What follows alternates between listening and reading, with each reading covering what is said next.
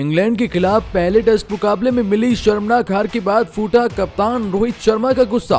फिर गुस्से में अपने ही खिलाड़ियों को लेकर कहा कुछ ऐसा कि देखकर सुनकर रह गया हर कोई हैरान। जी हम बात कर रहे हैं भारत और इंग्लैंड के बीच खेली जा रही 5 मैचों की टेस्ट सीरीज के पहले मुकाबले की।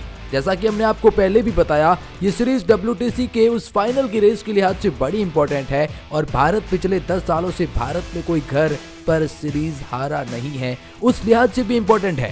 पहले मुकाबले में जहां भारतीय क्रिकेट टीम के खिलाड़ियों ने पहले 3 दिन मुकाबले को ड्राइविंग शीट पर रखा, लेकिन आखिरी के एक दिन में क्या ऐसा हो गया कि भारतीय बल्लेबाज पूरी तरह से नतमस्तक हो गए और भारत को ऐसे मुकाबले में जहां 90% भारतीय मुकाबला अपने फेवर में कर चुका था, सिर्फ एक खिलाड़ी ने भारत को उस सपने को छीन लिया। और ऐसे में इतनी शर्मनाक हार के बाद, चूंकि अंतिम के ओवरों में भारत जीत भी रहा था, लेकिन खिलाड़ियों की मस्ती सूझी और स्टेप आउट करके विकेट दे रहे थे।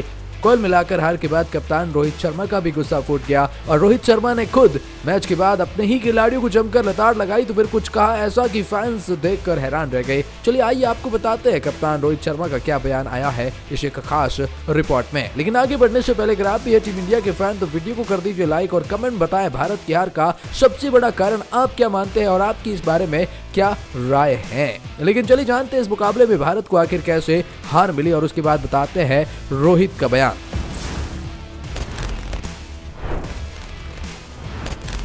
दरअसल हैदराबाद में भारत और इंग्लैंड के बीच पहला टेस्ट मैच खेला जा रहा था। इंग्लैंड टीम दूसरी पारी में ओली पोप की शानदार 196 रन की पारी के दम पर 420 रन बनाकर ऑल आउट हो गई थी और भारत को दूसरी पारी में इस टेस्ट को जीतने के लिए 231 रन दिए। ये इतिहास में ऐसा पहली बार था कि भारत ने 190 रन जैसी पहली पारी में बढ़त हासिल करके 231 का स्कोर भारत के सामने खड़ा हुआ है और पिछले कई सालों में भारत 200 से ज्यादा का स्कोर का पीछा नहीं कर पा रहा है। इस लक्ष्य को पाना उतना आसान भी नहीं था, लेकिन भारतीय बल्लेबाजों ने उसे आसान समझ लिया।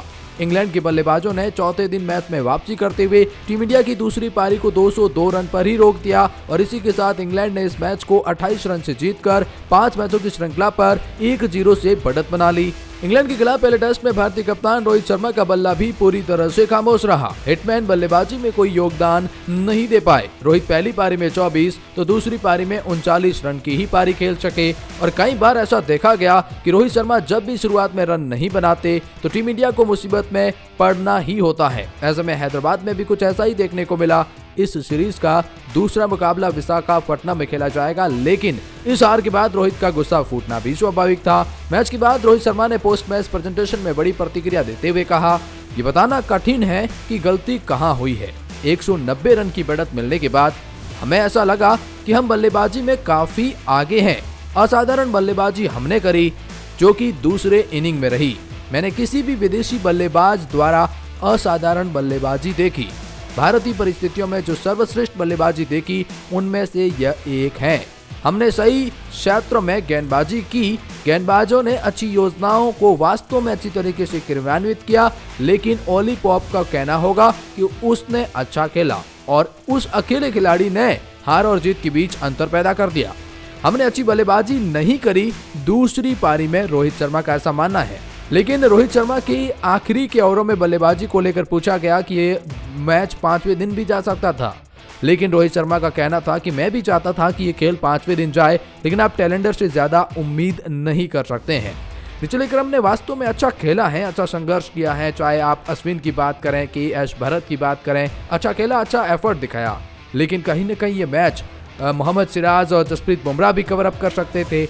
लेकिन रोहित शर्मा का मानना है कि उन्होंने अच्छा खेला है और चाहता था कि 5वें दिन जाए और ये दोनों खिलाड़ी अपने ऊपर इस भार को ले, लेकिन वैसा हो न पाया। कुल मिलाकर रोहित शर्मा ने अपनी हार की जिम्मेदारी इन टैलेंडर्स के ऊपर भी और कहीं न कहीं भारत की उस दूसरी इनिंग की बल्लेबाजी पर भी फोड़ा कि हमने इतनी बढ़त हासिल करके टारगेट को चेज नहीं किया। कुल मिलाकर इस बारे में आपकी क्या राय है, कमेंट सेक्शन में जरूर बताएं।